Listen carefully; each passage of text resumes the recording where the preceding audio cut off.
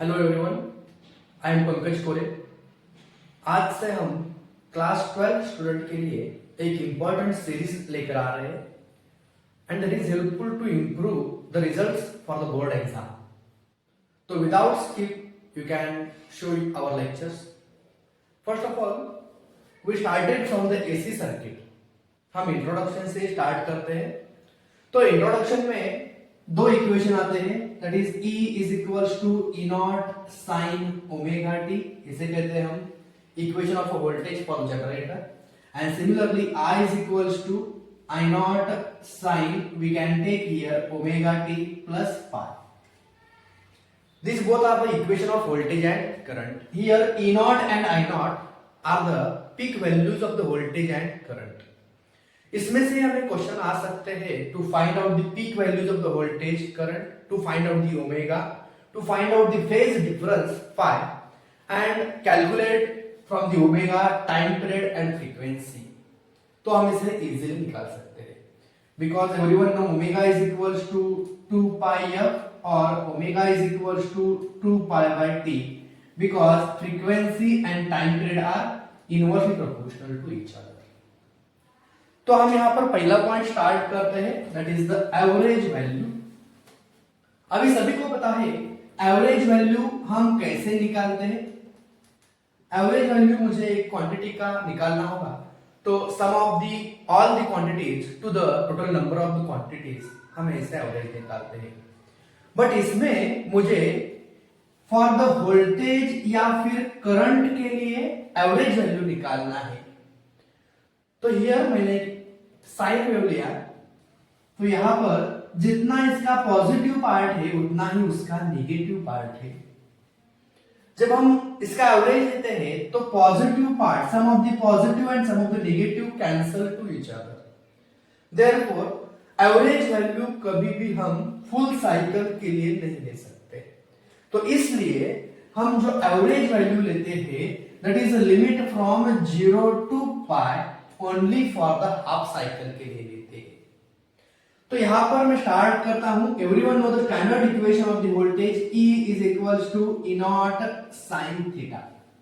E is equals to E naught sine theta, but मुझे average निकालना है from 0 to पाई, इसलिए मैं यहां पर integration limit from 0 to pi लेता हूं into the standard equation E naught sine theta with respect to theta लेता हूं। Therefore, over the cycle 0 to pi, इसलिए मैंने डिवाइड बाय पाई कर दिया। तो यहां पर विद रिस्पेक्ट टू थीटा है तो E naught is the constant, we can take outside E naught by pi, both constant are outside. So here 0 to pi sin theta into d theta. Everyone know the integration of sin theta is minus cos theta. Therefore minus of cos theta limit from 0 to pi। तो हम यहाँ पर values put करते हैं, negative sign बाहर लेते हैं, minus E naught by pi cos of pi minus cos of 0, that is upper limit minus lower limit. तो सभी को पता है कॉस ऑफ पाई की वैल्यू जो होती है वो होती है -1, माइनस ऑफ कॉस ऑफ 0 की वैल्यू होती है 1, माइनस ऑफ 2 आ जाता है, माइनस माइनस यहां पर क्या होगा प्लस। तो यहां पर मुझे वैल्यू मिल गया एवरेज वैल्यू का 2 by pi E naught, 2 by pi E naught. तो यहां पर मैं एवरेज वैल्यू लिख सकता हूं, that is E average is equals to 2 by pi E naught या फिर 0.637 E naught. The value of 2 by pi is 0.637 E naught. Similarly मैं यहां पर करंट का भी यही निकाल सकता हूं, that is I average is equals to 0.637 into I naught या फिर 2 by pi into I naught. तो इस तरह से हमारा जो पहला पॉइंट है वो कंप्लीट हो गया है, that is the average value. Okay, take a screenshot.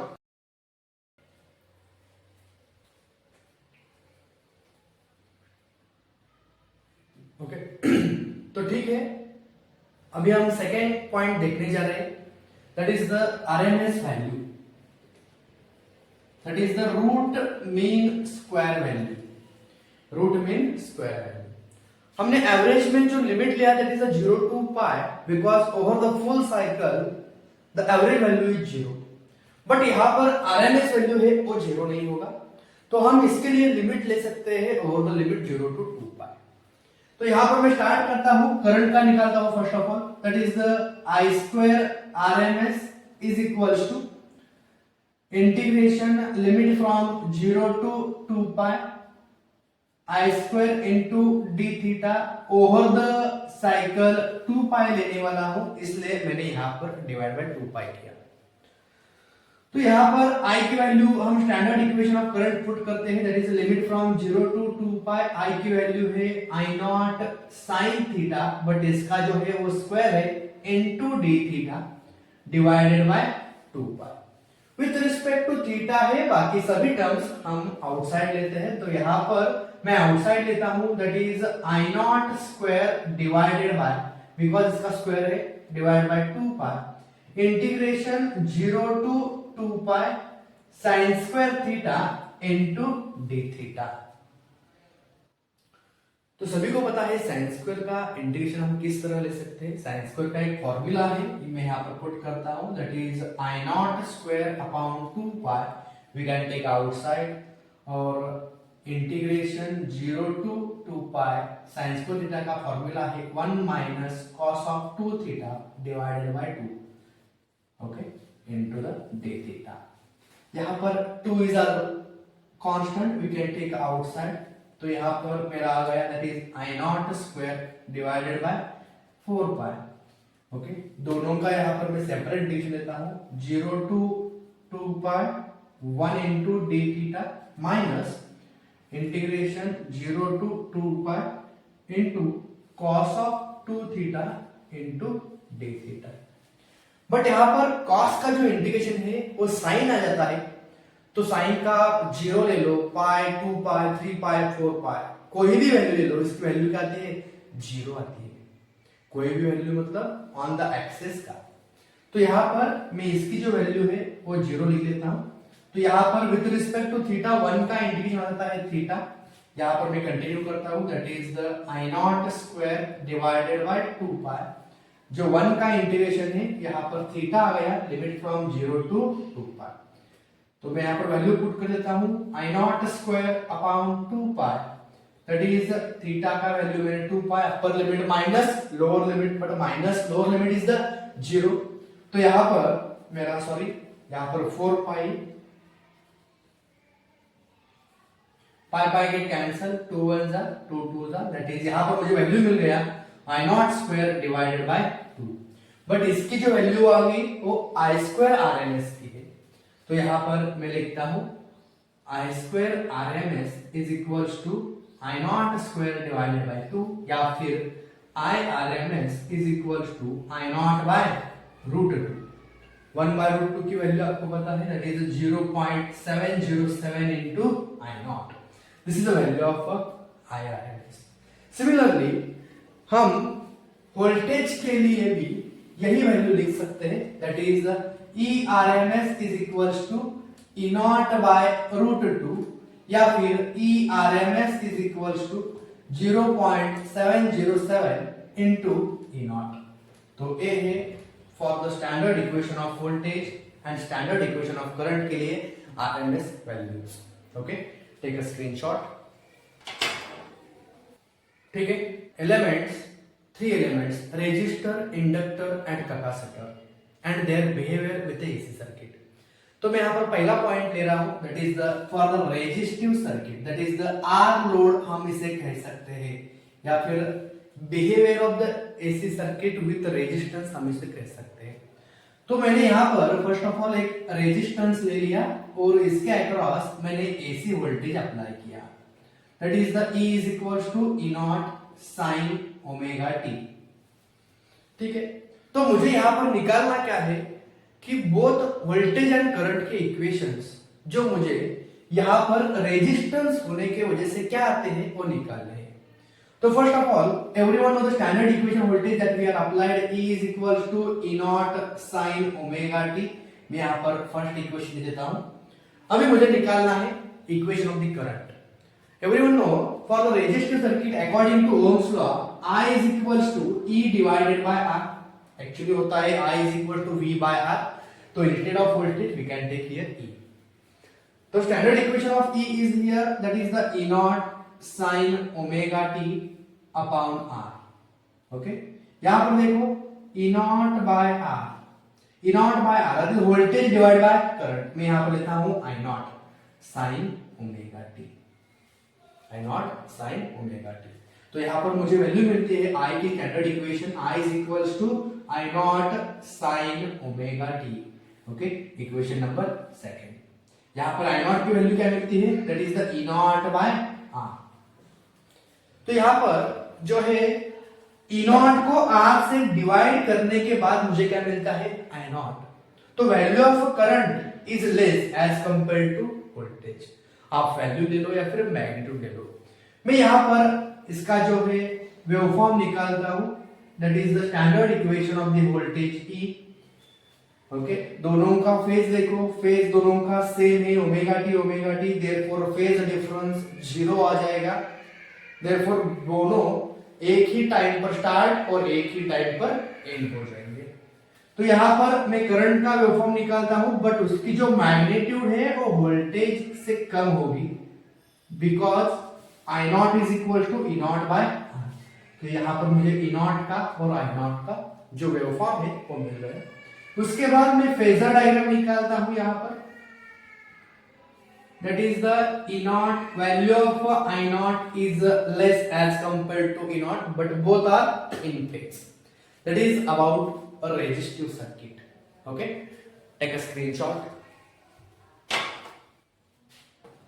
तो यहाँ पर हम सेकेंड पॉइंट लेते हैं, inductive circuit. Behaviour of the inductor when we apply the AC circuit across it. तो मैं कंसीडर करता हूं यहाँ पर इंडक्टर मींस L लोड है. एक मैंने इंडक्टर ले लिया L और उसके across AC supply voltage apply किया, that is E is equals to E naught sin omega t. यहाँ पर भी मुझे सेम ही निकालना है, equation of voltage and equation of current. तो यहाँ पर मुझे पहले ही इक्वेशन ऑफ वोल्टेज मिल गया, that is E is equals to E naught sin omega t. Equation number first कहता हूं. सेकेंडली मुझे करंट का इक्वेशन निकालना है. तो यहाँ पर मैं यहाँ पर कंसीडर करता हूं कि voltage across the inductor E is equals to minus L into di by dt. That is because of the Lenz's law. But according to the KVL, there is no resistance is present there. Therefore, E is equals to minus E dash हम consider करते हैं. तो यहाँ पर minus of minus L into d I by d t, यहाँ पर negative sign both cancel हो जाते हैं और मुझे स्टैंडर्ड इक्वेशन मिलता है L into d I by d t. But मुझे निकालना है करंट का इक्वेशन. तो यहाँ पर देखिए d I that is the change in current. तो यहाँ पर मैं इक्वेशन कन्वर्ट कर देता हूं. First of all d I is equals to E by L into d t. E by L into dt. मुझे ओनली करंट चाहिए, उसका चेंज नहीं चाहिए, इसलिए दोनों साइड का मैं इंटीग्रेशन लेता हूं. Derivative integration both are cancelled. I is equals to integration when we put the standard equation of the voltage, that is E is equals to E naught sin omega t divided by L into dt. तो यहाँ पर जो constant है we can take outside, that is E naught upon L integration of sin omega t into I is equals to E naught by L. Integration of sin omega t is minus cos omega t divided by omega. We can take the minus outside, that is I is equals to minus E naught upon omega L. Omega is also we can take outside into cos of omega t. But यहां पर आपने जो voltage का equation देखा तो इसमें है sign और इसमें है कॉस. तो हम इसको कन्वर्ट कर देते हैं साइन में, that is I is equals to minus E naught by omega L, that is sin of, to find out, that is sin of pi by 2 minus omega t. pi by 2 minus of omega t. इसमें से हम negative common ले ले या फिर minus से अंदर multiply कर ले तो मुझे इक्वेशन मिलता है I is equals to E naught upon omega L into sine of omega T minus pi by 2। तो बोथ यहां पर इसमें भी साइन है, इसमें भी साइन है, बट यहां पर देखो E naught by omega L, यहां पर मैं लिखता हूं E naught by omega L means I naught sine of omega T minus pi by 2। तो आई नॉट मतलब यहां पर हो गया I naught is equal to E naught upon omega L. Normally हम लेते हैं I is equal to E divided by R. जो ओमेगा एल है वो रेजिस्टेंस है, बट किसका रेजिस्टेंस है? इंडक्टर का रेजिस्टेंस है। उसे हम कहते हैं inductive reactance. That is XL is equal to omega L, और वी कैन राइट ओमेगा मतलब 2 पाई एफएल। इसका जो यूनिट है वो ओम होता है because that opposes to the flow of current due to inductor. Okay, यहां पर मुझे और दो वेवफॉर्म निकालने हैं, वेवफॉर्म और phasor diagram. That is for the inductor. Similarly, we can first find out the waveform for the voltage. For the current, that is the I naught sin omega t minus pi by 2. Means the current is lagging in the inductive circuit. Okay, but magnitude is always less than the EMF. So current is lagging means we can draw it from the downward side, and magnitude is less than the voltage. Secondly, phasor diagram. Similar E naught is there, but current is lagging by an angle 90 degree and the magnitude is less. So that is a waveform for the inductor and phasor diagram for the inductor.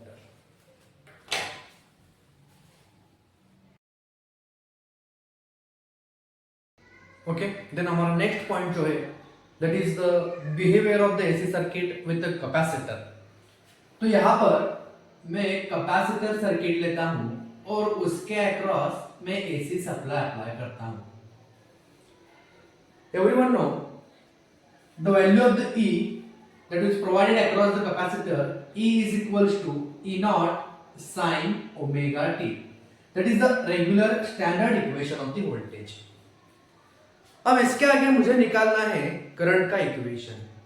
तो यहां पर voltage across the capacitor मैं यहां पर लेता हूं charge Q is equals to C into V, where C is the capacitor, V is the voltage across the capacitor. Everyone know I is equals to dq divided by dt।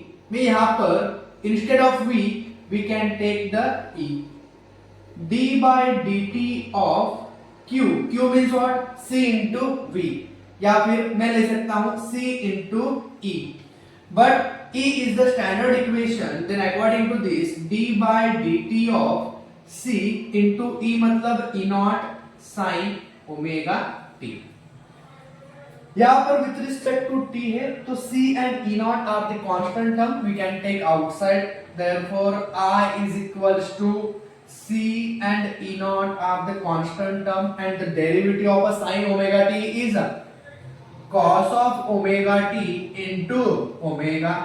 तो यहां पर मुझे constant की value मिलती है omega into C E naught into cos of omega t. अब यहां पर जो वोल्टेज का इक्वेशन है उसमें मुझे मिलता है साइन, और जो करंट का इक्वेशन है उसमें मुझे मिलता है कॉस।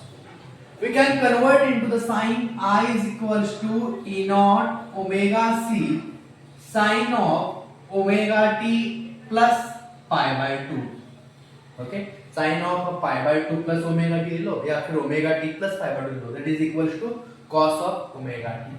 यहाँ पर मैं इस तरह से लिखता हूँ E naught divided by 1 upon omega C, because denominator of a denominator is again a numerator, into sin of omega t plus pi by 2। Okay, तो यहाँ पर मैं लिखता हूँ E naught upon 1 by omega C, 1 by omega C nothing but the resistance of the capacitor, that is called capacitive reactance. Okay, यहां पर मैं लेता हूं E naught divided by 1 upon omega c means I naught into sin of omega t plus pi by 2. Okay, जो inductor में आया था वो माइनस पाई बाई 2 आया था, because in the inductor the current is lagging and in the capacitor circuit the current is leading at an angle pi by 2. Okay, यहां पर I naught की जो वैल्यू आती है that is E naught divided by 1 by omega c, या मैं इस तरह से भी लिख सकता हूं 1 upon omega c is nothing but xc. Okay, that is I naught is equal to E naught by xc. Phasor diagram इस तरह से हम निकाल सकते हैं, that is the regular waveform for the voltage and the current is leading at an angle pi by 2, by angle pi by 2. Current leading है मतलब यहां पर ऊपर से स्टार्ट होगा but magnitude of the current is less than that of the voltage. Phasor diagram में निकाल सकता हूं यहां पर, this is the regular E not, current is leading means I not and दोनों में से एंगल है वो 90 डिग्री है. This is the phasor diagram for the capacitive circuit. ठीक है, टेक अ स्क्रीनशॉट. तो नेक्स्ट पॉइंट यहां पर हम लेते हैं, that is the RLC series circuit. यहां पर मैं first of all circuit draw करता हूं, that is the RLC are connected in the series and voltage across E is provided across it. अभी सभी को पता है रेजिस्टर सर्किट में जो वोल्टेज एंड करंट है बोथ आर इन फेज. जो इंडक्टर सर्किट में है वो है voltage is leading and current is lagging, and in the capacitor circuit current is leading and voltage is lagging. तो हम तीनों का यहाँ पर इस्तेमाल करने वाले हैं. फर्स्ट ऑफ ऑल मैं फेजर डायग्राम निकालता हूँ. यहाँ पर फेजर डायग्राम में एक्स एक्सिस को लेता हूँ, that is voltage across resistor ER. जो इंडक्टर है, इंडक्टर में वोल्टेज लीडिंग है इसलिए मैं ऊपर ले रहा हूं, that is voltage across the inductor EL. जो कैपेसिटर है उसमें जो वोल्टेज है वो लैगिंग है इसलिए मैंने लिया इसे डाउनवर्ड. बट यहां पर देखिए EL and EC are opposite to each other. जो रिजल्टेंट आएगा वो ऊपर आएगा, that is the EL minus EC. EL minus EC. यहां पर मैं रिजल्टेंट निकालता हूं ER और EL माइनस EC का, that is called E naught. That is called E naught. यहाँ पर एक ट्रायंगल फॉर्म हुआ है, मैं यहाँ पर लेता हूँ OAB. वो ट्रायंगल में अलग सा ड्रॉ करता हूँ. तो उसके पहले यहाँ पर EL माइनस EC ये जो साइड है इसका भी हाइट सेम है, तो ये मैं यहाँ पर ले सकता हूँ EL माइनस EC. तो ट्रायंगल में रीड्रॉ कर रहा हूँ, that is it forms the angle theta. यहाँ पर है वो E naught, that is the resultant. इसका रेजिस्टर का अक्रॉस का वोल्टेज ER और यहाँ पर EL माइनस EC. मैं इसे जो हेडिंग है वो प्रोवाइड करता हूँ OAB. तो according to Pythagoras theorem that is the OA square is equals to AB square plus OB square. ठीक है, तो OA स्क्वायर की वैल्यू है O E नॉट का स्क्वायर आ जाएगा, AB स्क्वायर है O EL माइनस EC का square plus OB square means ER का स्क्वायर. मुझे ओनली E नॉट चाहिए, तो E naught is equal to under root में आ जाएगा. यहाँ पर प्लस साइन है तो मैं अल्टरनेट कर सकता हूँ, that is the ER square plus EL minus EC whole square. Everyone know that voltage across inductor जो सीरीज सर्किट है उसमें करंट क्या होगा, सेम ही होगा. तो यहाँ पर मैं करंट की वैल्यू लेता हूँ I नॉट लेता हूँ, that is E naught is equal to voltage across inductor V is equals to I into R, that is I naught into R whole bracket square plus voltage across the inductor, that is the I naught into resistance of inductor is the XL minus voltage across the capacitor I naught into resistance of the capacitor is the XC whole square.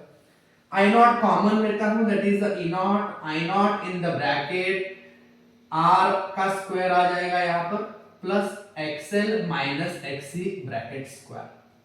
यहाँ पर जो है वो I not multiply है, यहाँ पर आने के बाद divide, that is the E naught upon I naught is equals to under root R square plus XL minus XC whole square. और यहाँ पर देखिए E naught upon I naught, voltage divided by current, that is nothing but resistance. But यहाँ पर तीनों ही present है, इसलिए इसको रेजिस्टेंस नहीं कहेंगे हम कहेंगे impedance. That is the resistance provided by sum of resistor, inductor and capacitor. Okay, तीनों मिलकर जब करंट को अपोज करेंगे तब हम उसे कहेंगे impedance Z। Z is equal to under root R square plus XL minus XC whole square. इसका जो यूनिट आ जाएगा वो भी ओहम आ जाएगा, because it opposes to the flow of current due to RLC circuit. ठीक है, स्क्रीनशॉट लीजिए।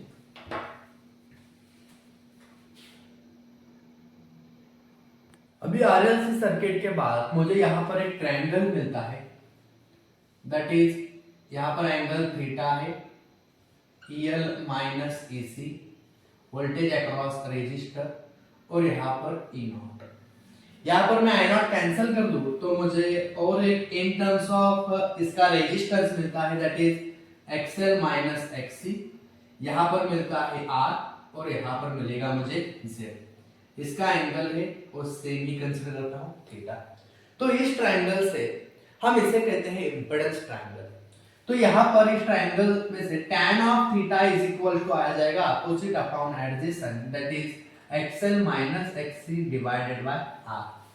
और cos ऑफ फाई यहाँ से लिखता है, cos of phi is equal to R by Z, that is called power factor. Power factor that is the cosine of the angle between the voltage and current. और यहाँ पर से मुझे phi angle मिल जाता है, that is a phase angle we require to calculate. ठीक है, और अभी नेक्स्ट पॉइंट है, that is the power in the AC circuit. तो हमें अभी पावर निकालना है, but power in the R circuit का निकालना है ओनली। किसका निकालना है? रेजिस्टिव सर्किट का हम देखेंगे। तो यहां पर देखिए, फॉर द रेजिस्टिव सर्किट हम वोल्टेज का इक्वेशन देखें, E is equal to E naught sine omega t. Current का इक्वेशन देखा, I is equal to I naught sine omega t. दोनों का फेज डिफरेंस क्या है? 0 है। E naught and I naught are the peak value of the voltage and current. मुझे निकालना है power. Power is the product of voltage and current. Power is the product of voltage and current. तो यहाँ पर मुझे निकालना है, that is the average power, total power निकालना है, that is limit from 0 to t p dt into the total time period कितना है? t है। टोटल टाइम पीरियड कितना है? t। तो इसलिए मुझे यहाँ पर एवरेज देखो क्या आता है, p average is equals to integration 0 to t p into dt, but p means product of voltage and current. तो यहाँ पर मैं लेता हूँ E naught sine omega t, I naught sine omega t into dt over the time period t।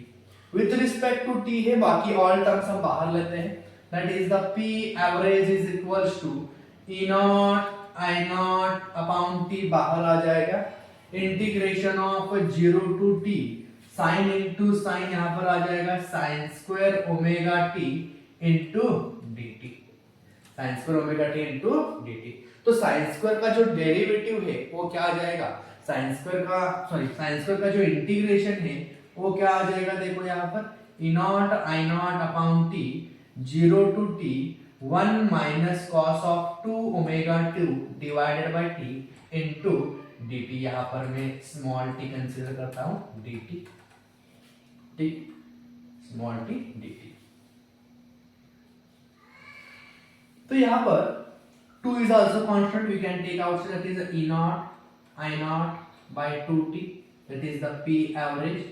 और 1 का integration जो है विथ रिस्पेक्ट टू t आ जाएगा, और cos ऑफ 2 ओमेगा t का आ जाएगा sin of 2 omega t upon 2 omega. But यहाँ पर इसका जो इंटीग्रेशन है वो आ जाएगा 0। तो यहाँ पर ओनली आ गया 1 का integration with respect to t। तो यहाँ पर मुझे जो आंसर मिलता है 1 का integration with respect to t आ जाता है, upper limit minus lower limit देखा तो यहाँ पर t get cancel, that is the E naught I naught by 2।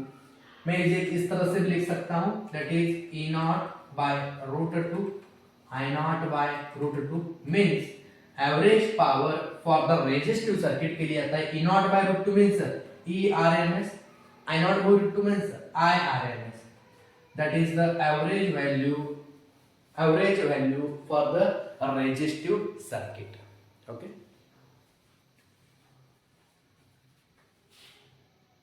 it is average power for the inductive circuit.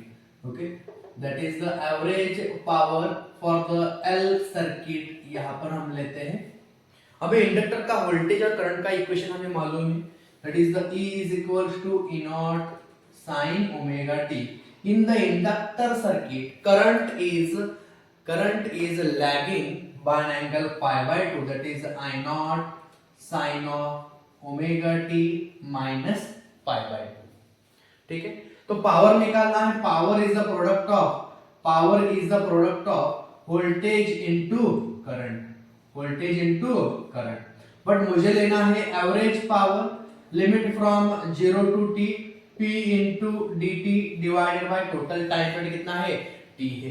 तो यहाँ पर वैल्यू पुट करते हैं हम, that is the average power is equals to integration 0 to t, p मतलब क्या आता है, p मतलब v into i, that is the E naught sin omega t into I naught sin of omega t minus pi by 2. Okay, तो मैं यहाँ पर in terms of इसे कन्वर्ट करता हूँ, sin of pi by 2 minus omega T, minus में निकाल लिया, कॉमन लिया, that is माइनस यहाँ पर देता हूँ I naught cos of omega t into dt। तो यहाँ पर क्या मिला मुझे, minus E naught I naught sin omega t into cos omega t into dt divided by time, limit from 0 to t। तो यहाँ पर in terms of sin and cos मिल गया। तो इसका इंटीग्रेशन किस तरह से लेना है, मैं यहाँ पर 2 से मल्टीप्लाई करता हूँ और 2 से डिवाइड करता हूँ, that is minus E naught I naught upon t into 0 to t 2 sin omega t into cos omega t dt divided by 2 sin theta into cos theta क्या जाएगा, 2 sin theta into cos theta, sin of 2 theta, that is minus E naught I naught upon t into 2t बाहर लेता हूँ यहाँ पर, 0 to t sin of 2 omega t into dt, और जो value आता है इसका sin of 2 omega t into dt limit from 0 to t, इसकी जो वैल्यू आती है वो क्या आती है, 0 after putting this value, and 0 into anything क्या आता है, 0। therefore the average power for the inductive circuit is 0 आता है।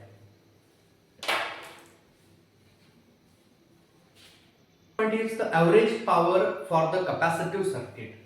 तो यहाँ पर एवरेज पावर मुझे निकालना है फॉर द सी लोड के लिए, या फिर आप बोल सकते हैं इसे कैपेसिटिव सर्किट बोल सकते हैं। तो यहाँ पर वोल्टेज एंड करंट का इक्वेशन है E naught sine omega T, सभी में वोल्टेज का इक्वेशन सेम है। तो करंट का इक्वेशन देखो, I is equals to I naught sin omega t plus pi by 2. In the capacitive circuit, the current is leading at by an angle pi by 2. तो मुझे power निकालना है, power is the product of voltage and current. तो यहाँ पर आता है average power is equal to limit from 0 to t p into dt over the time period t आ जाता है। तो यहाँ पर देखो मैं वैल्यू पुट करता हूँ, 0 to t E naught sin omega t into I naught sin of omega t plus pi by 2 over the limit 0 to t into dt। Constant बाहर लेता हूं तो क्या आ जाएगा यहाँ पर, E naught I naught divided by t, again same 0 to t sin of omega t, मैं यहाँ पर pi by 2 plus omega t लिख सकता हूँ, तो इसका आ जाएगा cos of omega t into dt। तो ये जो कंडीशन आ गया वो similar to the inductive circuit वैसे ही आ गया। तो यहाँ पर 2 से मल्टीप्लाई, 2 से डिवाइड और 2 sin omega t into cos omega T means sign of 2 omega T. Again इसकी जो वैल्यू है वो आ जाएगी 0। तो 0 इंटू एनीथिंग, मुझे जो एवरेज पावर मिलेगा for the capacitive circuit it is also 0 मिल जाएगा। पर पावर का भी लास्ट पॉइंट है, that is the power across the RLC series circuit. तो ये मैं यहां पर लेता हूं रेजिस्टर, इंडक्टर और capacitor series circuit connected across the AC supply. इसका मुझे निकालना है average power. Again same procedure we are followed, but यहां पर मैं वोल्टेज का इक्वेशन लेता हूं E is equal to E naught sine omega t and I लेते समय यहां पर इंडक्टर भी है और कैपेसिटर भी है। तो यहाँ पर इंडक्टर में करंट लीडिंग है, यहाँ पर इंडक्टर में करंट लैगिंग है और कैपेसिटर में करंट लीडिंग है। इसलिए मैं करंट का इक्वेशन लेता हूँ I is equal to I naught sine omega t plus minus pi by 2, या फिर हम ले सकते हैं यहाँ पर पाई बाय 2 नहीं ले सकते क्योंकि यहाँ पर हमें एंगल मालूम नहीं, इसलिए मैंने एंगल लिया फाई। ठीक है, तो मुझे निकालना है average power. Then average power के लिए same limit from 0 to t p into dt divide by total time period t यहां पर आ जाएगा। तो वैल्यू सभी के पुट करते हैं, क्या आता है देखते हैं 0 to t e naught sin omega t into I naught, यहां पर देखो sin omega t plus minus phi है। Okay, I naught sin of omega t plus minus phi into dt over the time period t। तो E naught I naught divided by t constant we can take outside, therefore 0 to t sin of omega t into, यहाँ पर देखो sin a plus b हम use कर सकते हैं, that is the sin a plus b means क्या आ जाएगा sin of a into cos b plus cos of a into sin b into क्या आ जाएगा dt। ठीक है, तो sin से हम मल्टीप्लाई करेंगे अंदर, तो क्या आ जाएगा देखो यहाँ पर, that is the average power is equals to E naught I naught divided by t। sin omega t से अंदर मल्टीप्लाई करते हैं तो फिर 0 to t sin square omega t into cos of phi plus minus sine से multiply करते हैं sine omega t cos omega t into cos phi into dt। यहां पर दो टर्म है, दोनों का हम सेपरेट लेंगे। तो यहां पर देखो E naught I naught upon t, first term लेते हैं that is cos phi we can take outside, integration only sin square omega t dt plus minus cos of phi we can take outside, integration sin omega t cos omega t into dt। But यहाँ पर देखो resistor की condition आई है और यहाँ पर देखो capacitor और इंडक्टर की कंडीशन आई है, तो इसकी जो भी वैल्यू है वो क्या आ जाएगी 0 और इसकी जो वैल्यू है वो आ जाएगा t/2। therefore E naught I not t cos of phi into इसकी जो और value after putting the upper limit and lower limit, इसकी वैल्यू आ जाएगी t/2। ओके, तो t गेट कैंसिल, यहां पर मुझे मिलेगा E naught I naught divided by 2 into cos phi. इसे मैं ऐसे भी लिख सकता हूं E naught by root 2 I naught by root 2 into cos of phi. इस 2 को मैंने रूट 2 इनटू रूट 2 में डिवाइड किया, तो फिर E RMS I RMS into cos phi, this is the value of the average power for the RLC series circuit। okay, अभी यहां पर हम नेक्स्ट पॉइंट देखने वाले हैं, that is the LC oscillation.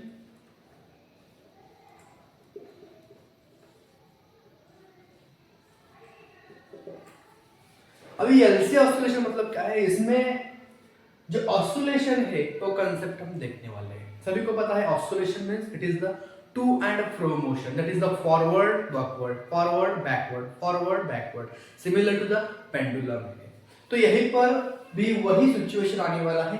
First of all हम capacitor लेते हैं और capacitor is connected across the AC supply, ठीक है। कैपेसिटर का एक पॉजिटिव प्लेट है, दूसरा नेगेटिव प्लेट है।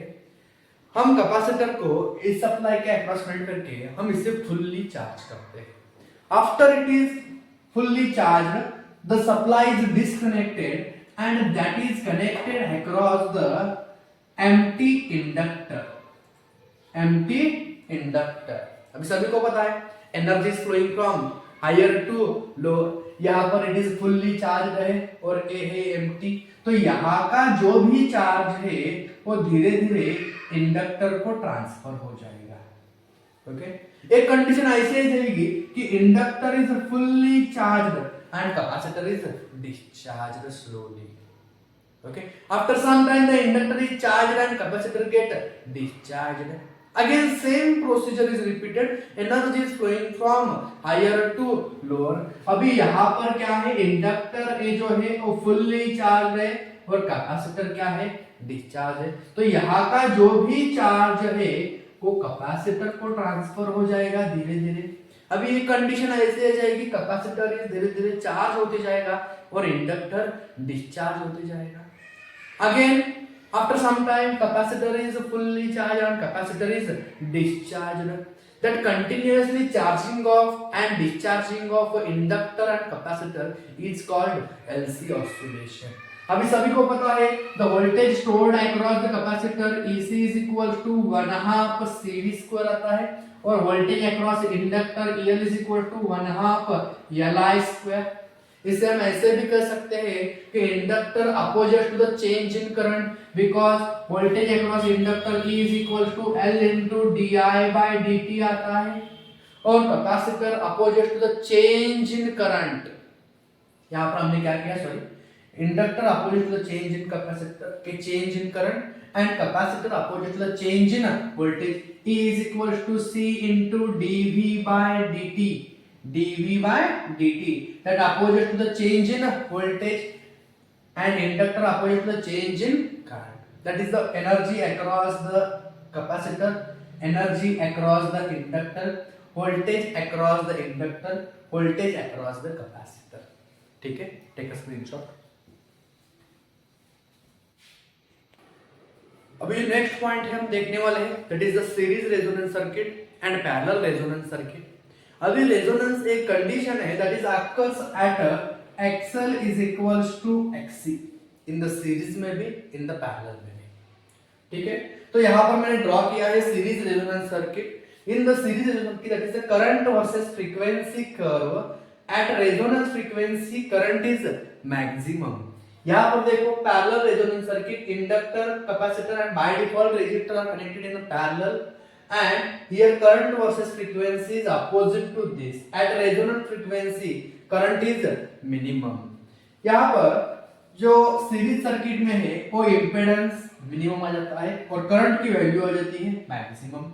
यहाँ पर in the parallel resonance circuit impedance की वैल्यू मैक्सिमम आ जाती है और करंट की वैल्यू जो है वो मिनिमम आ जाती है। दोनों में भी जो रेजोनेंस अकर्ड होता है that is at XL is equals to XC. Okay, और इसमें जो है वो एग्जांपल आ जाते हैं और वो जो एग्जांपल आते हैं वो 1 सेकेंड में सॉल्व हो जाते हैं। अभी देखते हैं कैसे। आपको निकालना होता है impedance at a resonance circuit, that means impedance nothing but Z is equals to √R² plus XL minus XC whole square. But at a resonance condition, XL is equals to XC.